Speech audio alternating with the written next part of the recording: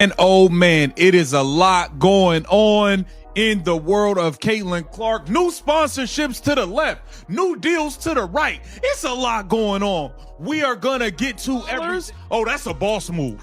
Oh, that's a crazy boss move. That's a flex. Hey, listen, I understand. You got Nike deals. You got freaking PGA Golf Tour, Live Golf Tour. You got hockey sponsor. I know you got a lot going on, but to turn down 15 M's. The WNBA is in shock after Caitlin Clark turned down a $50 million offer from the commissioner. It's like handing someone a fortune and having them push it right back. Fans are going crazy, critics are furious, and the commissioner is probably stressing out. No one expected this, and now the whole league is buzzing with drama.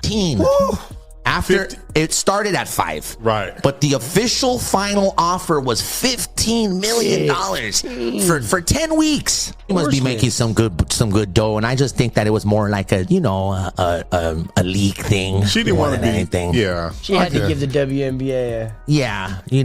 And I'm sure many offers came to her, especially after that. I think we helped her. Yeah, make more money with some more money.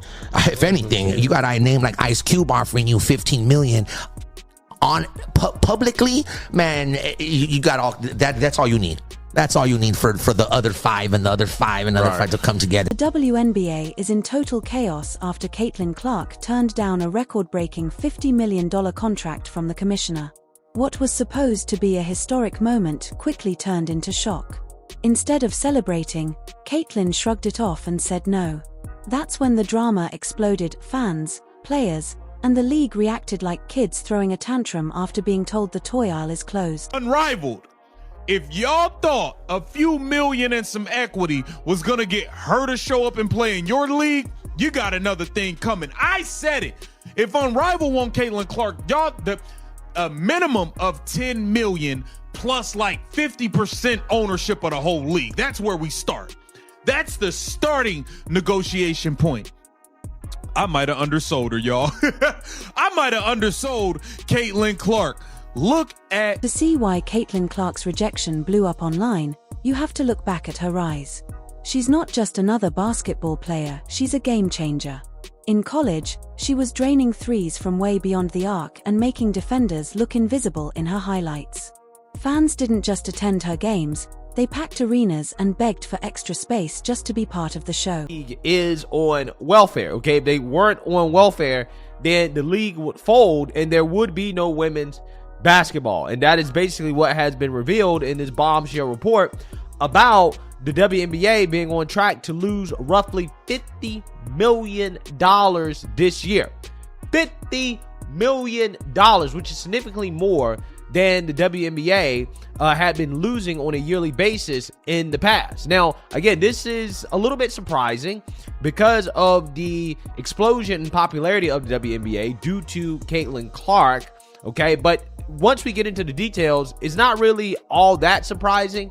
But at the same time, reports like this kind of drive home the point that reasonable people have been trying to make about the WNBA. By the time Caitlin Clark entered the WNBA, she wasn't just a new player, she was an entire business on her own. Her games drove up merchandise sales, ticket prices skyrocketed, and arenas started filling up like it was a Taylor Swift concert, just without the friendship bracelets. So naturally, the WNBA wanted to secure her with a massive deal. $50 million was unheard of in league history, especially when most WNBA players make salaries that wouldn't even match what an NBA rookie spends on sneakers. Recent report dropped that the Big Three reportedly offered Caitlin Clark 15 M's for 10 games, but she declined. Crazy. Her endorsement deals must be pretty decent for her to willingly turn that down, because we know her WNBA salary is nothing to brag about. But for her to do that, I guess I look at it like this. If she were to have accepted that before she even stepped foot on a WNBA court, I could only imagine how they would have treated her. I don't even think she would have made it through half the season. She would have had a season-ending injury. This deal wasn't just about money, it was the WNBA's way of begging Caitlin Clark to stay. It was a desperate love letter saying, "We need you more than anything." But her rejection hit like a bomb. It wasn't just a simple no, It was the kind of no that makes the person offering question every decision they've ever made. The commissioner probably felt like someone proposing in front of a huge crowd, only to be turned down on camera. The truth is, Caitlyn doesn't need the WNBA's $50 million. With endorsements from Nike, Gatorade, State Farm, and more, she can make double that just by showing up in ads and hitting long-range threes. That's the real twist. The league thought they were giving her the deal of a lifetime, but Caitlyn knows her value. She's not just another player, she's the face of the league and the main reason so many fans are tuning in at all. And she declined it. If that doesn't tell you how much money Caitlyn Clark is making, I don't know, bro. Because who's saying no to $15 million for 10 games? She doesn't even have to score 10 points and she still would be making more than a lot of NBA players make. But Caitlyn Clark isn't even back from injury yet to play for the Indiana Fever. Do you guys think Caitlyn Clark should have taken this $15 million deal? Right now, Caitlyn Clark is to the WNBA what Wi-Fi is to your home. You could live without it, but no one actually wants to. The reaction to her rejection was immediate. Some fans praised her as brilliant, while others called her reckless. Sports media went into a frenzy, covering it like it was part financial collapse, part royal scandal. Headlines asked, "Is Caitlyn Clark destroying the WNBA?" The truth is, she showed the league that she doesn't need them nearly as much as they need her. It's like Netflix offering Taylor Swift a huge deal for a concert special, only for her to say, "Cute, but I made more than that selling vinyls last week." In that moment, the power completely shifted. And the WNBA? They didn't stay calm, they went straight into panic mode. Clark, they would have no fans. And I think that a lot of people are forgetting the fact that just, again, a few years ago, before Caitlyn Clark was in the league, this is what it looked like at a WNBA. Picture a boardroom full of WNBA executives pacing nervously, sweating, and scrambling for answers, maybe even joking about selling plasma to come up with another $20 million. Social media teams rushed to spin the story, flooding timelines with highlight clips, hashtags, and motivational posts about growing the game. But the damage was already done. The headline was clear: Caitlyn Clark had just flexed on the entire league. Now comes the bigger question: what does this mean for the WNBA's future? If one player can casually reject $50 million, what does that say about the league's ability to keep its biggest stars? And here's the real twist: Caitlyn isn't the only one who knows her worth. The commissioner is probably still lying awake at night, replaying that moment over and over, asking how it all went so wrong. And if you think the WNBA will just brush this off quietly, you're underestimating how dramatic this league can get when it feels cornered. Speaking of basketball, your cousin Caitlyn Clark just got an 8-figure deal with Nike.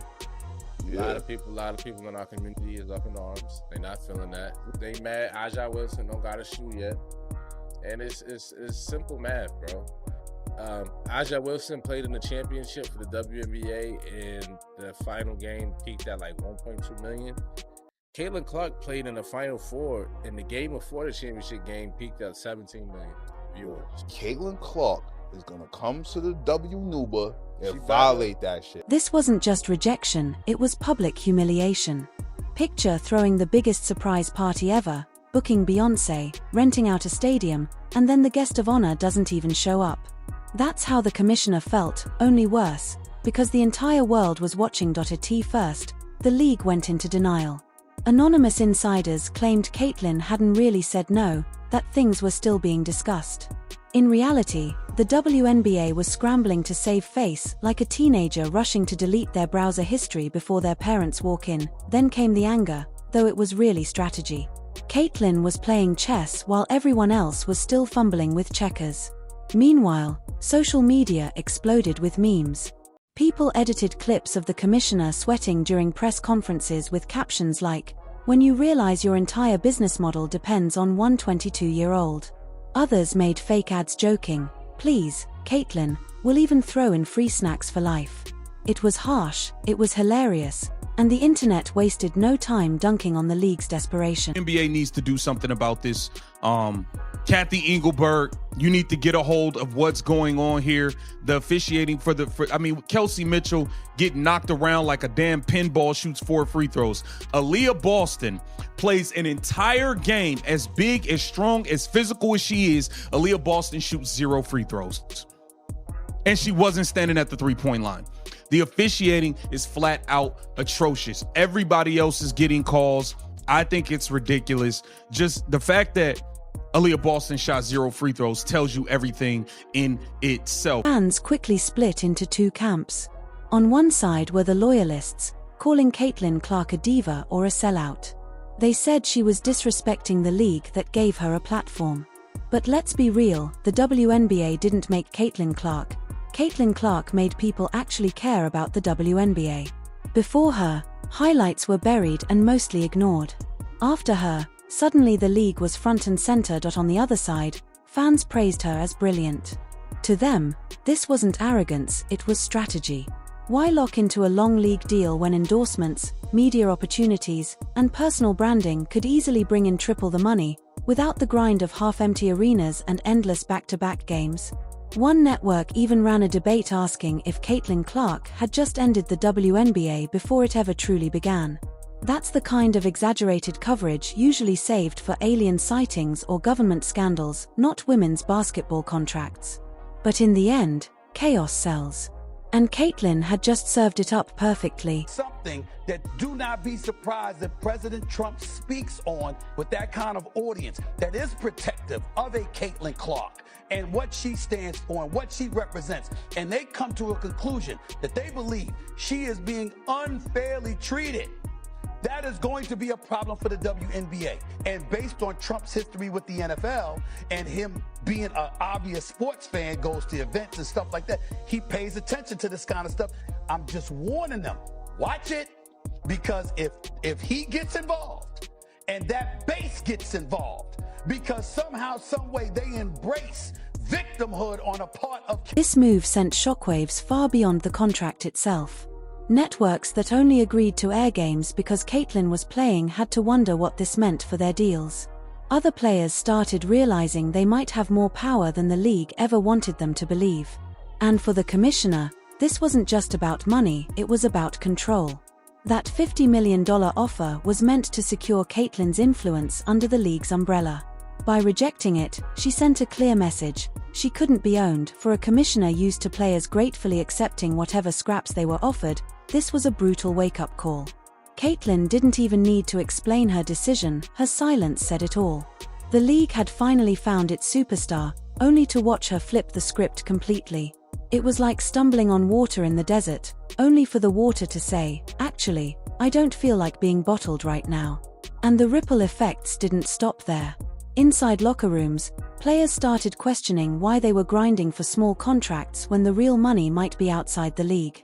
Caitlin's rejection wasn't just a business decision, it became a blueprint for empowerment. The NBA did it because the sisters was upset that Caitlin was getting so much attention, and they had to, the league had to hold Caitlin back or allow Caitlin to be held back with the refs, allowing the physical play against her by the players, the media diminishing her impact at every turn, and her play, and the league never coming to her defense to try to thwart off some of her. It wasn't empowerment in the glossy, slogan-on-a-poster way the WNBA likes to promote. It was real empowerment, the kind that keeps executives awake at night. By now, the league was in full meltdown mode, scrambling for strategies to spin the story back in their favor. But the truth was already clear. The power didn't sit with the commissioner, the boardroom, or the TV networks. It sat with Caitlin Clark. And she had no problem walking away from $50 million to prove it. What really stung for the WNBA was that Caitlin didn't reject the offer out of spite or because she was tired of basketball. She turned it down because she didn't need it. She's already drowning in endorsement money. Nike treats her like royalty, Gatorade has her face on endless bottles, and State Farm probably has her on speed dial. Add in her social media influence, highlight clips pulling millions of views, and fans ready to buy whatever sneakers she wears, and suddenly that $50 million deal looks small.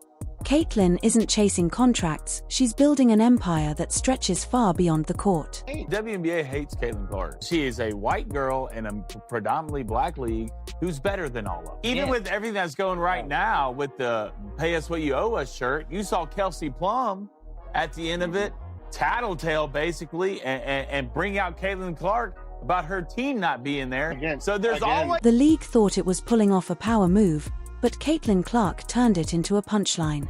Walking away from $50 million didn't hurt her, it made her bigger. Overnight, she wasn't just a superstar, she became the player who made the WNBA look desperate.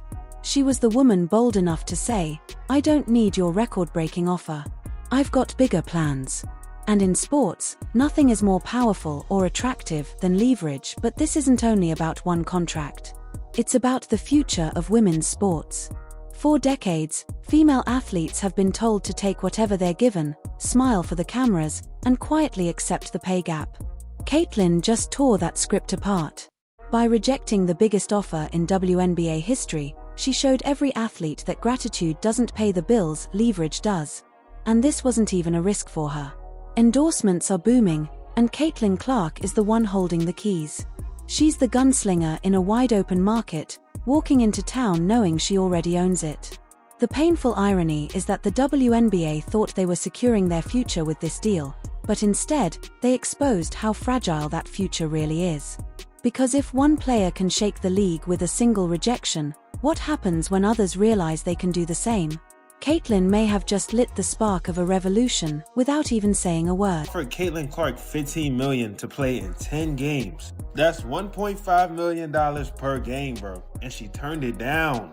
Caitlin Clark, you so much better than me. Because the WNBA would have never, hey listen, I would have never stepped foot on that court. $1.5 million per game. Bron don't even make that. And you turned it down for her contract in the WNBA, she gonna make like $400,000 in 4 years. That's the part that I don't really understand about WNBA players. They make so much bread everywhere else. They be making more bread in college. They make more bread overseas. They can make more in Unrivaled, the Big Three. There's so many options, but they still be playing in the WNBA. The commissioner is probably losing sleep replaying this nightmare.